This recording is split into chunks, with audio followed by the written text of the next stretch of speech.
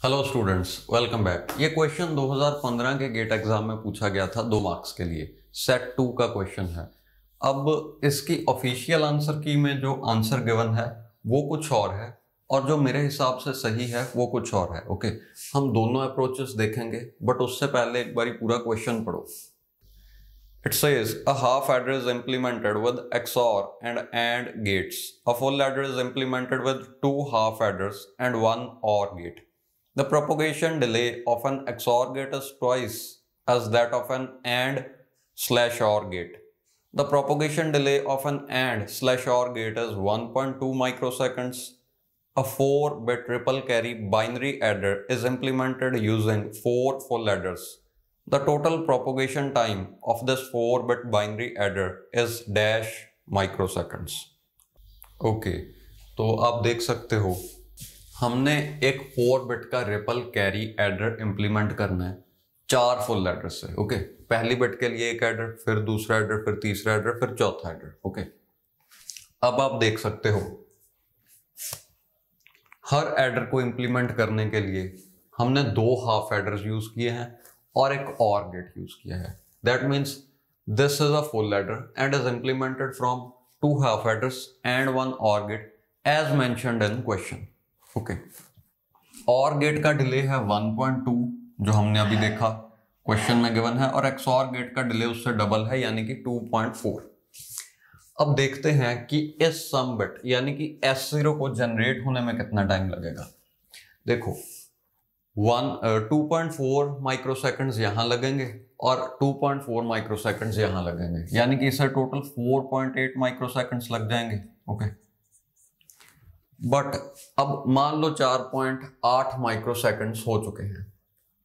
इतने ही टाइम में ये भी अवेलेबल होगा, ये भी अवेलेबल होगा और ये भी अवेलेबल होगा, क्योंकि इनिशियली आप देखो बिट नंबर A0 और B0 यानी कि जो नंबर्स हम ऐड करना चाहते हैं उसकी ये बिट और ये बिट अवेलेबल है, ये सारी बिट्स ही अवेलेबल हैं। ओके, यानी कि ये सारे सर्किट्स, ये हाफ एडर, ये हाफ एडर, ये हाफ एडर, ये हाफ एडर, ये एक दूसरे पर डिपेंडेंट नहीं है, ये पैरेलली काम कर सकते हैं बिकॉज इनकी जो इनपुट्स हैं वो दोनों अवेलेबल हैं।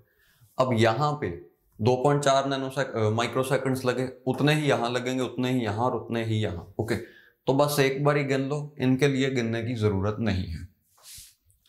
अब इस कैरी इनपुट की बात करते हैं, क्योंकि ये जनरेट होने के बाद ही हम अगली स्टेज को शुरू कर सकते हैं। ओके, इसे देखो 1.2 यहां लगे, ठीक है, यानी कि ये और गेट की एक इनपुट 1.2 नैनो माइक्रोसेकंड्स के बाद अवेलेबल होगी। यहां देखो कितना लगा, इसकी एक इनपुट को 2.4 नैनोसेकंड्स लग रहे हैं, सॉरी माइक्रोसेकंड्स, यानी कि ये वाली इनपुट को, और जो दूसरी इनपुट है वो 0 टाइम पे ही अवेलेबल है। तो ये जो गेट है ये 2.4 माइक्रोसेकंड्स के बाद अपना ऑपरेशन शुरू करेगा, क्योंकि 2.4 माइक्रोसेकंड्स के बाद ही इसकी दोनों इनपुट्स अवेलेबल हैं। ये तो टाइम 0 पर ही अवेलेबल थी, इसे 2.4 लग रहे हैं, तो टोटल 2.4 ही होगा। अब इसका डिले 1.2 है और इसका डिले 1.2 है, यानी कि 2.4 प्लस 2.4, तो ये भी होगा 4.8 ही। ओके, यानी कि 4.8 नैनोसेकंड्स के बाद ये और ये अवेलेबल हैं। अब ये सर्किट अपना ऑपरेशन शुरू कर सकता है। देखो ऑलरेडी ये बिट तो कैलकुलेटेड है, यानी कि इस गेट के लिए और इस गेट के लिए एक इनपुट तो अवेलेबल है, ये दोनों दूसरे इनपुट की वेट कर रहे हैं, उसे 4.8 माइक्रोसेकंड्स लग गए। अब 4.8 माइक्रोसेकंड्स के बाद 2.4 इसे अलग से चाहिए, यानी कि ये लेंगे 4.8 प्लस 2.4। ओके, यहां पे 1.2 और 1.2, यानी कि 2.4 ही इन दोनों को चाहिए। ओके, तो ये भी होगा 4.8 प्लस 2.4। अब 2.4 यानी कितना टाइम लेने के बाद 4.8 प्लस 2.4 होगा 72, विच इज 7.2।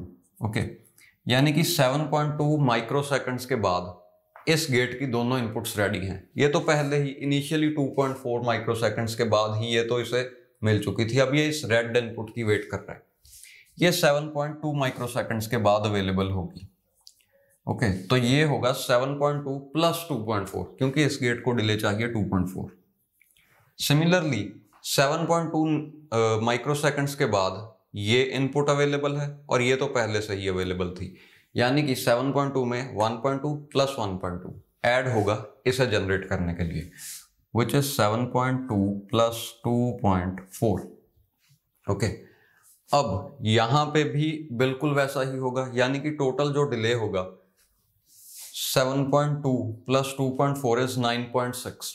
ओके तो यहां पे आ जाएगा 9.6 प्लस 2.4 और यहां पे भी सिमिलरली 9.6 प्लस 2.4।